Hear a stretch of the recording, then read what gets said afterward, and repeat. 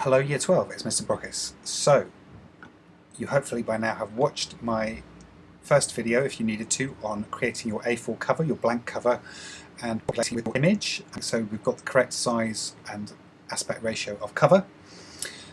Just to recap, 21 centimeters wide, 29.7 high, A4 standard size. So that's what I've done. You can see my background here and my main image. What I'm going to show you now is just how to put some text on top of it. Again, some of you have done this, but maybe we'll show you a few new things. So, what I'm first of all going to do is make a new layer for this text to go into. New layer. I'm going to call it layer 1. Crazy, I know. And select the text tool.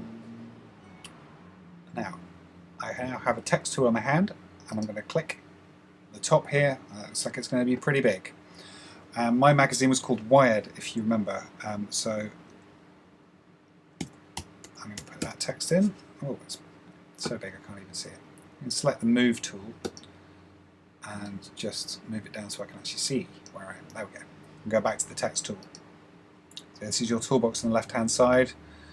There's some really important ones. Move tool right at the top here, little arrow with a cross thing. Select tool, rectangular select for selecting rectangles, strangely enough. If you click and hold it, you can select other things as well, other shapes. You've got crop tools, all sorts of other things. For the moment, we'll stick with the text tool and move tool, and that should do us for the moment. So, I've got my text tool, and I've got white text here. I'm going to, again, select the text tool, select the right layer, by clicking on it if I need to, and click on it. And you can now see I'm in the text field. I can drag over to select it. Well, that looks pretty trippy. Okay, there we go. I'm going to select all of the text. I'm actually going to replace that with capital letters because I think for my title that looks a little bit stronger. Okay, right. Once again, if I want to select all of that, I'm going to hold the Command key and press A, which means select all. So that's going to select all the text in that layer. You can see that it's going off the right hand side there. Oh, I can't even spell it, that's why. Anyway, I'm going to make it smaller. 150 point it says up the top here. You can see little size, different sizes of T. This is the text size, number of points. 150 point is really big. So I'm going to go back to, let's see how 72 point looks. Oh, it's weirded. Okay, I'm just going to quickly select the text tool, click on there and take out that extra D. That's better. Right. Okay, and Command A again, select all, and I'm going to go and change it back here. Now, I want a size that's not going to be on here, so I'm actually just going to select the number and put it in by hand. I'm going to try 120. That's pretty good, actually. If I go back, try 130. I think I quite like that. And I'm going to select a different font as well. Now, when I press on the fonts, you can see there's millions and millions of different fonts. You get an idea on the right here of what they're going to look like. This is the name of the font here, Blackadder, and this is what it looks like, and they're small, some of them. So I'm going to choose something quite plain, sans serif, so it doesn't have all these little foots and footing and stuff on it. If I can, well, that one's quite cool. Okay, I don't know what that's going to look like. Elementary Light SF. That looks pretty cool, actually, in a kind of quite modernist way, but not quite what I'm after. Excalibur, I think that is completely wrong and horrible. Well, good if you're doing like a goth magazine maybe or something. Adobe Garamond Pro, that's rather nice. I want a light version of that. No, they don't have one. Okay. So what I actually chose in the end for this was a font that the PC doesn't have. It's got on the Mac, Helvetica Neue. Okay, well, I'm going to choose something different then. So something really, and that looks quite nice and simple. That is nice. I was looking for something a little bit lighter, really thin letters, but that will do. That's quite nice and simple. Okay, right, I'm going to choose a selector. I'm going to go back to the main image so that we can see what that looks like. Well, that looks pretty good. Now, what colour are we going to have it? Because white is getting a little, it's quite nice, but it's getting a little bit lost. Again, I'm going to select the text tool. I'm going to select the correct layer I want to edit, Wired. You've got the text in now, you can see it makes it easy. And I'm going to click on there and Command or Control on the PC, A. Control A, Command A, whichever you prefer. And now, up here, I think it's in a slightly different position on the Mac, I can't remember. Set the text colour. If you hover over it, you can see. So I've got white text at the moment. I'm going to select, move this out of the way, have a good look at it. I think we could go for something really kind of contrasting, and which might look kind of nasty, like a kind of lime. No, that does look horrible. Green, lime green. That's kind of disgusting. Or blue. That again gets lost a bit. It's kind of difficult. Let's try black. You see what I'm doing? I'm just clicking in this colour field. I can select the kind of overall hue, and then you can choose the saturation and darkness, if you like. So over here it's just pale, very pale, kind of pinky purple. Over here it's bright, saturated, and then you can mix in black with that. I don't know. Choose whatever colour you like. So I'm going to go for that one. That's as good as anything. It's still reversed. Okay, so if I select, I'm just going to click outside of there. There we go. Click off the text so I can see what it looks like. That's pretty good. Okay, well that's okay. Well, what if I wanted to do something a bit more off the wall?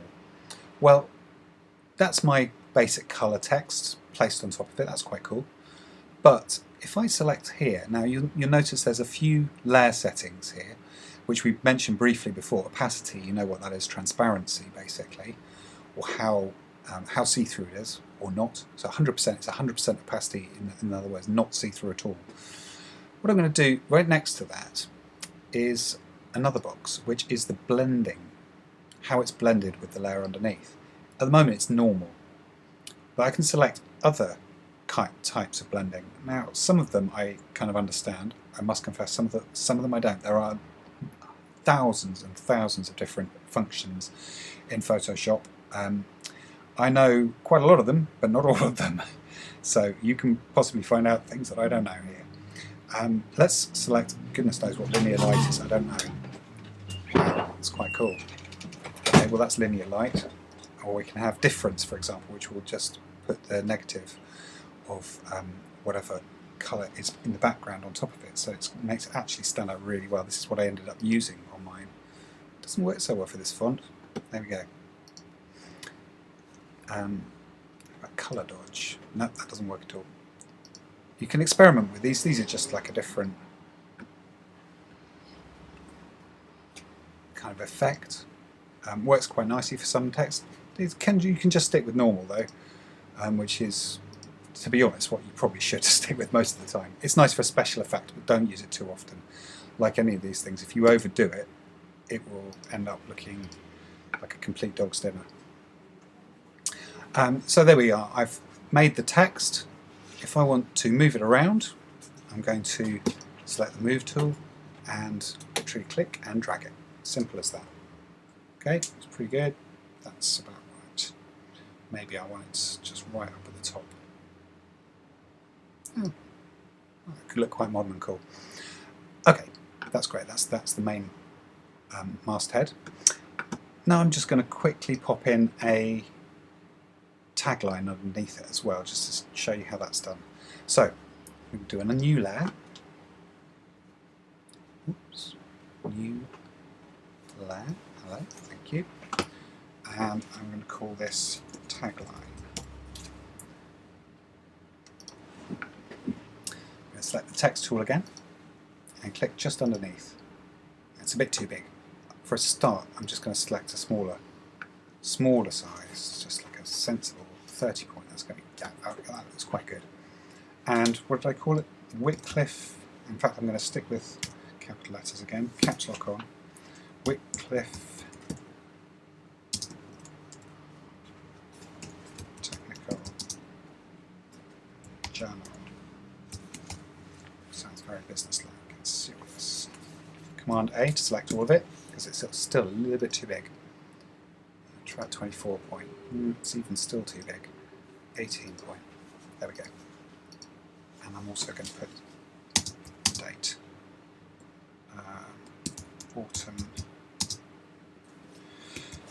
14. There we go.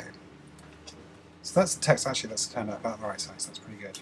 I'm going to Command A on the Mac, Control A on the PC to select it all.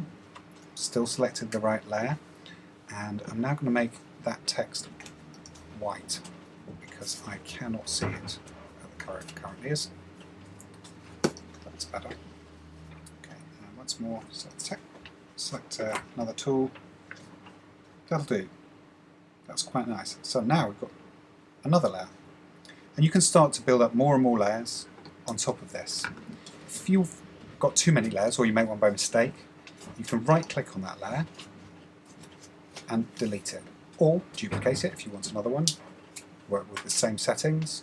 All of these different and quite useful tools. There are, as I said, thousands of editing options in Photoshop, a lifetime's worth. So dig into it once you've got the basics. Don't go too nuts on special effects to start with. Get the basics right, get it looking clean and crisp, and then you can go crazy with the effects. If you do save different versions, save a simple version, give it a new name every time. There's nothing wrong with saving multiple versions. I'd highly, highly recommend that. Version 2.4, 2.9, 10.7. Okay, so that's a simple text tutorial.